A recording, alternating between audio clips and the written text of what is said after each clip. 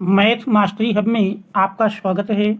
बच्चों, आज हम कक्षा 10 विषय सामाजिक विज्ञान में सत्र 2024-25 के लिए पाठ्यक्रम का मासिक विभाजन को जानेंगे कि हमको किस माह में कौन सा अध्याय पढ़ना है और कब अर्धवार्षिक परीक्षा एवं कब बोर्ड परीक्षा होगी। तो सर्वप्रथम हमको अप्रैल माह में अध्याय 1 यूरोप में राष्ट्रवाद का उदय इतिहास और अध्याय 1 सत्ता की साझेदारी नागरिक शास्त्र के अंतर्गत पढ़ेंगे। तो हमको अप्रैल माह में 2 अध्यायों को पढ़ना है, एक पहला अध्याय इतिहास का और एक पहला अध्याय नागरिक शास्त्र का। फिर मई माह में हमको अध्याय 1 संसाधन एवं विकास जो कि भूगोल से संबंधित है और अध्याय 1 विकास जो कि अर्थशास्त्र पर आधारित है को पढ़ेंगे।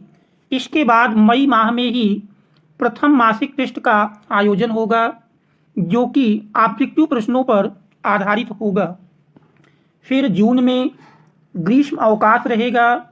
इसके पश्चात जुलाई माह में अध्याय 2 भारत में राष्ट्रवाद इतिहास पर आधारित अध्याय को पढ़ेंगे और अध्याय 2 संघवाद जो कि नागरिक शास्त्र के अंतर्गत है का अध्ययन करेंगे। अध्याय 2 वन एवं वन्य जीव संसाधन जो कि भूगोल पर आधारित है और अध्याय 2 में ही भारतीय अर्थव्यवस्था के क्षेत्र जो कि अर्थशास्त्र पर आधारित है।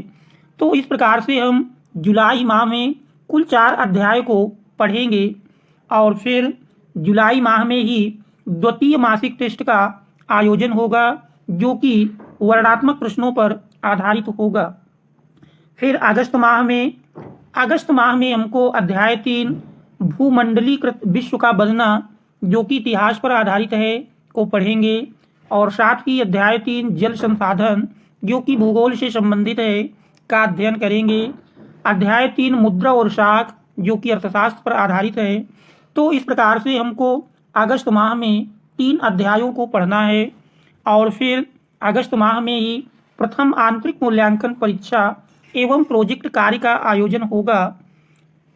सितंबर माह में अध्याय 4 औद्योगिकरण का युग जो कि इतिहास से संबंधित है का अध्ययन करेंगे। फिर अध्याय 3 जाति धर्म और लैंगिक मसले जो कि नागरिक शास्त्र पर आधारित है का अध्ययन करेंगे और फिर अध्याय 4 कृषि जो कि भूगोल से संबंधित है। तो इस प्रकार से सितंबर माह में भी हमको 3 अध्यायों को पढ़ना है।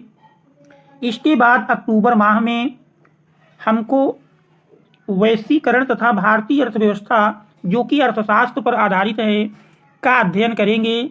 इसके बाद अध्याय 5 मुद्रण संस्कृति और आधुनिक दुनिया जो कि इतिहास से संबंधित है का अध्ययन करेंगे। इस प्रकार से अक्टूबर माह में भी 2 पाठों को पढ़ना है जिसमें एक पाठ अर्थशास्त्र का और एक पाठ इतिहास का है। फिर अक्टूबर माह में ही अर्धवार्षिक परीक्षा का आयोजन होगा। इसके बाद हमको नवंबर माह में कुल 3 अध्यायों को पढ़ना है जिसमें अध्याय 5 खनिज तथा ऊर्जा संसाधन जो कि भूगोल से संबंधित है। फिर अध्याय 5 उपभोक्ता अधिकार जो कि अर्थशास्त्र पर आधारित है और अध्याय 4 राजनीतिक दल जो कि नागरिक शास्त्र पर आधारित है को पढ़ेंगे। इसके पश्चात नवंबर माह में ही तृतीय मासिक टेस्ट का आयोजन होगा जो कि ऑब्जेक्टिव प्रश्नों पर आधारित होगा।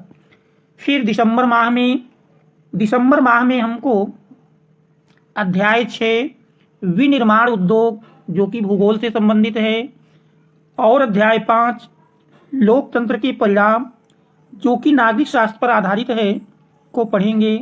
तत्पश्चात अध्याय 7 राष्ट्रीय अर्थव्यवस्था की जीवन रेखाएं जो कि भूगोल पर आधारित है का अध्ययन करेंगे। तो इस प्रकार से दिसंबर माह में कुल हमको 3 अध्याय पढ़ना है। इसके बाद दिसंबर माह में चतुर्थ मासिक टेस्ट का आयोजन होगा जो कि वर्णनात्मक प्रश्नों पर आधारित होगा और साथ ही द्वितीय आंतरिक मूल्यांकन परीक्षा एवं प्रोजेक्ट कार्य का भी आयोजन होगा। इसके बाद जनवरी माह में हमको संपूर्ण पाठ्यक्रम की पुनरावृत्ति करनी है क्योंकि दिसंबर तक लगभग संपूर्ण कोर्स समाप्त हो जाएगा और जनवरी माह में संपूर्ण पाठ्यक्रम की पुनरावृत्ति होगी। साथ ही प्री बोर्ड परीक्षा का भी आयोजन जनवरी माह में होगा और फरवरी माह में बोर्ड परीक्षा का आयोजन होगा। तो इस प्रकार से संपूर्ण पाठ्यक्रम को मासिक इस प्रकार से विभाजित करके हम अध्ययन करेंगे। तो इस प्रकार से सामाजिक विज्ञान का पूरा पाठ्यक्रम इस प्रकार से मासिक विभाजन है। Thanks all of you for watching.